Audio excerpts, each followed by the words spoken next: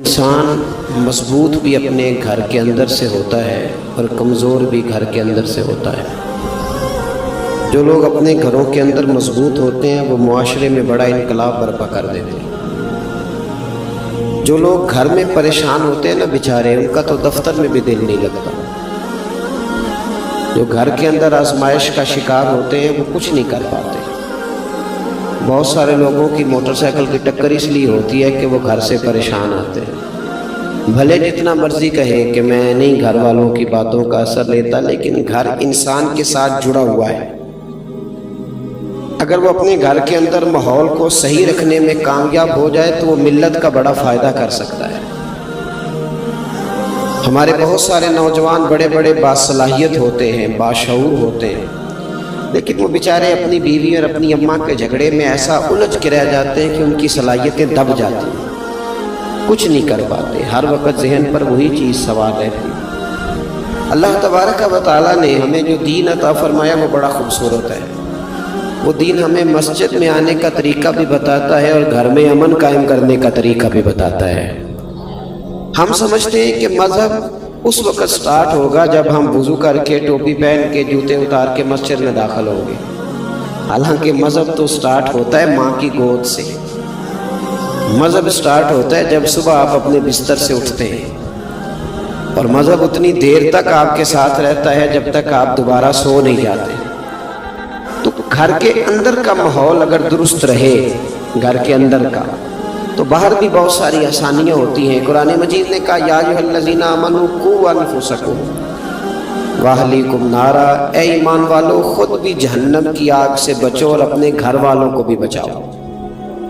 خود بھی بچو اور اپنے… نیند آ رہی ہے ماشاءاللہ کافی سارے لوگوں کو۔ میں نیند سے اس لیے منع نہیں کرتا کہ نیند اللہ کی رحمت ہے۔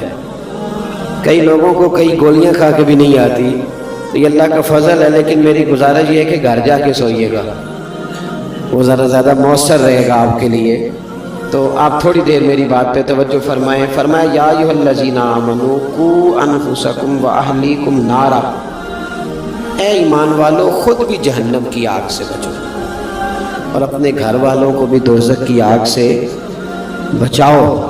حضرت عمر فاروق رضی اللہ تعالیٰ عنہ عرض کرنے لگے یا رسول اللہ صلی اللہ علیہ وسلم، یہ جو رب فرماتا ہے کہ خود بھی جہنم کی آگ سے بچو اور اپنے گھر والوں کو بچاؤ، اس کا مطلب کیا ہے؟ نبی پاک صلی اللہ علیہ وسلم نے فرمایا اس کا معنی یہ ہے کہ جن چیزوں کا اللہ رسول تمہیں حکم دیتے ہیں ان چیزوں کا تم اپنے گھر والوں کو حکم دو، اور جن چیزوں سے رب رسول تمہیں منع کرتے ہیں اپنے گھر والوں کو ان چیزوں سے منع کرو۔ مذہب جو ہوتا ہے نا میرے بھائی، یہ روح ہے۔ وجود سارا صحیح ہو، اندر سے روح نکل جائے تو نہ آنکھوں کو دیکھنے کی لذت ملتی ہے، نہ کانوں کو سننے کا ذائقہ، سارا وجود بیکار ہے۔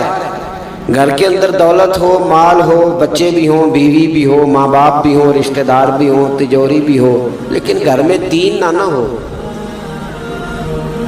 تو پھر لوگ آ کے پیر صاحب سے فتویٰ پوچھتے ہیں، تعویذ مانگتے ہیں، کہتے ہیں حضرت جی سارا کچھ ہے سکون کوئی نہیں۔ سارا کچھ ہے لیکن سکون نہیں۔ سکون کب ہے؟ سکون تب ملے گا جب گھر میں قرآن بھی پڑھا جائے گا اور مصطفیٰ کریم پر درود و سلام بھی پڑھا جائے گا۔ یہ ہمارے بچوں کے عقیدے کیوں خراب ہوتے ہیں؟ بد مذہبوں کے ہتھے کیوں چڑھتے ہیں؟ توجہ ہے میری بات پر؟ بچوں کے عقائد اس وقت خراب ہوتے ہیں جب ہم انہیں عقیدہ سکھاتے ہی نہیں۔ مولوی صاحب کی بات تو وہ اتنی سنے گا جتنی ہم سنتے ہیں، کیونکہ ہم نے بتایا ہوتا ہے کہ یہ مولوی صاحب ہیں، ان کو ہم 10,000 روپیہ ماہانہ تنخواہ دیتے ہیں، تو بچہ بھی سمجھتا ہے کہ چونکہ یہ 10,000 لیتا ہے تو 1 گھنٹہ اس نے جمعے والے دن بات کرنی ہے۔ کیا اس کا وہ اثر لے گا؟ کیا اثر لے گا جب ہم نے تعارف اس طرح کرایا ہے؟ یہ نعت خواہ ہم نے بلایا ہوا ہے، کس لیے؟ یہ 15,000 روپیہ لے گا، تو بچہ کہتے ہیں اس کی تو ڈیوٹی ہے 15,000 پورا کرنا ہے اس نے۔ یہ خطیب صاحب آئے ہیں، کیا کرنے آئے؟ کہتے 25,000 ایڈوانس لیا، تو بچہ اس کا کیا اثر لے گا؟ وہ کہے گا اس کا تو کام ہے، فلاں آدمی بڑے اچھے شعر پڑھ رہا ہے، تو بچہ کہتا پڑھنے نہیں، اس کے اوپر پیسے نہیں پھینکے جا رہے ہیں، ساتھ ساتھ ہی پڑھنے نہیں، اسی لیے تو پڑھ رہا ہے۔ میرے بھائی بچے کو اپنی گود میں بٹھائیں، اور جہاں آپ اس کو یہ سکھاتے ہیں نا کہ بیٹے پڑھ جاؤ گے تو پیسے کماؤ گے،